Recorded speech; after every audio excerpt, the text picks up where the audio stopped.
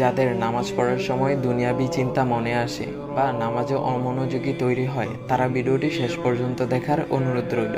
হযরত আলী রাদিয়াল্লাহু তাআলা আনহুর কাছে একজন ব্যক্তি এসেছে। তখন লোকটা বলল, হুজুর, আমার নামাজে মন বসে না। নামাজে দাঁড়ালে আমার দুনিয়াবি নানা চিন্তা আসে। হুজুর, আমার এই নামাজ কি আল্লাহ তাআলা কবুল করবেন? তখন হযরত আলী রাদিয়াল্লাহু তাআলা আনহা বলেছেন, না, তোমার নামাজ কবুল হবে না। তখন লোকটা মনে অনেক কষ্ট নিয়ে চলে যাচ্ছেন।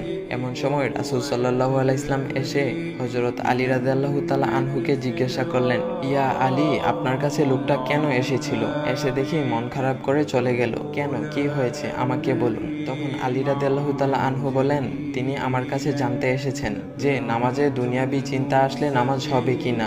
আমি বলেছি, না, তোমার নামাজ কবুল হবে না। রাসূল সাল্লাল্লাহু আলাইহি ওয়াসাল্লাম তখন বলেন, ইয়া আলী, আপনাকে আমি একটা চাদর উপহার দিতে চাই, তবে একটা শর্ত আছে। আলী রাদিয়াল্লাহু তাআলা আনহু খুশি হয়ে বলেন, ইয়া রাসূলুল্লাহ, কি শর্ত তা বলুন, আমি আপনার সকল শর্ত মেনে নিব।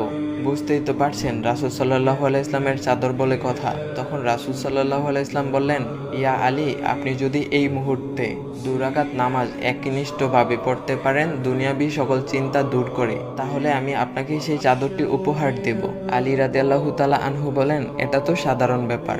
আলী রাদিয়াল্লাহু তাআলা আনহু তখন নামাজে দাঁড়িয়ে গেলেন আর তিনি নামাজ পড়তে শুরু করলেন।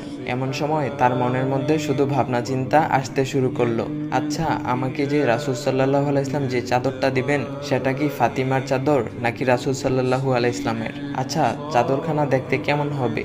এই বিভিন্ন বিষয় নিয়ে ভাবতে লাগলেন। তিনি ভুলেই গেছেন যে দুনিয়াবি চিন্তা নামাজে আনতে রাসূল সাল্লাল্লাহু আলাইহি ইসলাম নিষেধ করেছেন। এর মধ্যে আলী রাদিয়াল্লাহু তাআলা আনহুর নামাজ পড়া শেষ। আলী রাদিয়াল্লাহু তাআলা নামাজ শেষ করে রাসূল সাল্লাল্লাহু আলাইহি ইসলামকে বলতেছেন, ইয়া রাসূলুল্লাহ, আমি আপনার শর্ত মেনেছি, এখন আমাকে চাদরখানা উপহার দেন। রাসূল সাল্লাল্লাহু আলাইহি ইসলাম বলেন, ইয়া আলী, আপনি কি একনিষ্ঠভাবে দুনিয়াবি চিন্তামুক্ত ছাড়া 2 রাকাত নামাজ পড়েছেন? তখন আলী রাদিয়াল্লাহু তাআলা আনহা মুচকি হেসে বললেন, না ইয়া রাসূলুল্লাহ, আমি আপনার চাদর নিয়ে অনেক কিছুই ভেবেছি।